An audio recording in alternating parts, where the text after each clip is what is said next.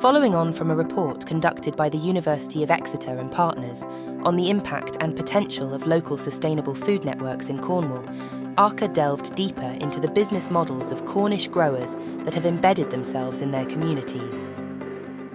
My name is Rachel Forster and I work for Tamar Grow Local CIC up here in the Tamar Valley on the Devon-Cornwall border. Tamar Grow Local is a not-for-profit community interest company and we're working along cooperative principles where we can. So we've got 3 branches of work and they surround community, education and commercial enterprises. But what's interesting about our model is that they're all interlinked to create a really resilient kind of business. It's a structure as a community interest company that also allows trading, so that's really important for our commercial arm. But we work primarily as a not-for-profit, flat hierarchy with decisions often made with consensus among our team members and our board of directors.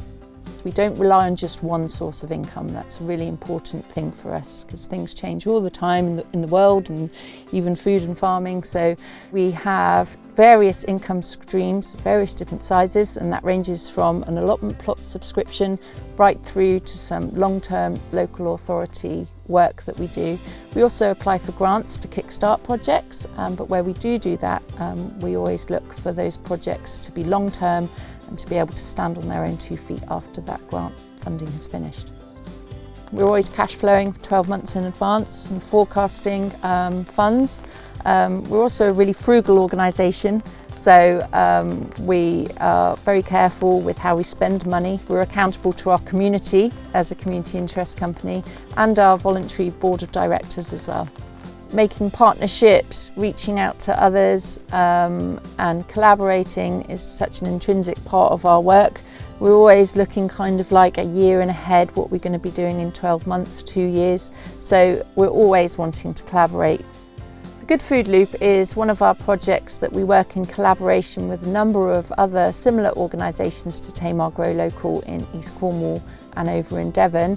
The thing that brings us together is the open source software called Open Food Network, and we manage and organise ourselves to cross-trade our produce from our areas with other food organisations and selling to restaurants and cafes, all beautiful agroecological and organically grown produce, which isn't so easy to find from regular wholesalers.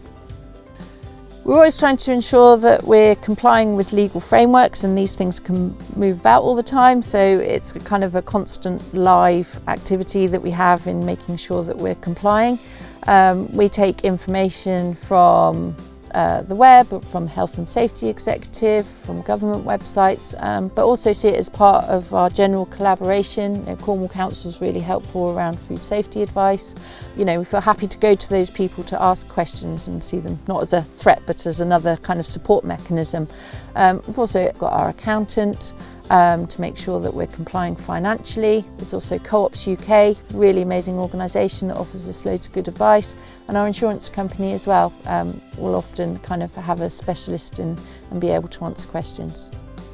One of the biggest challenges around marketing for us at Tamar Grow Local is just having the time to get out all of the kind of information and stories that we want everyone to know about. So we try and do that effectively where we can by timing a monthly newsletter and kind of little and often gathering stories to present in a monthly newsletter, or it might be scheduling social media posts for the week and then just adding in others as kind of interesting things come up. But just having the time to do that is a real struggle.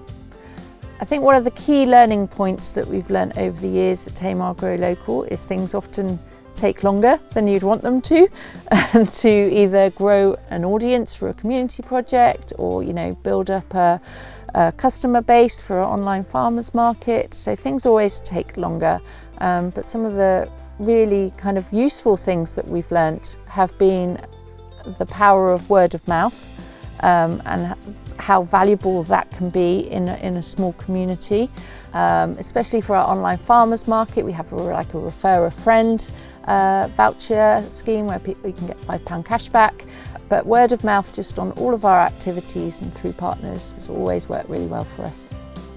Every grower's business model is unique and should respond to their community. There is no one-size-fits-all approach. There is, however, a lot to learn from those who have already successfully embedded themselves in the growing sector. Share your knowledge, build networks, and create that ripple effect towards a sustainable future.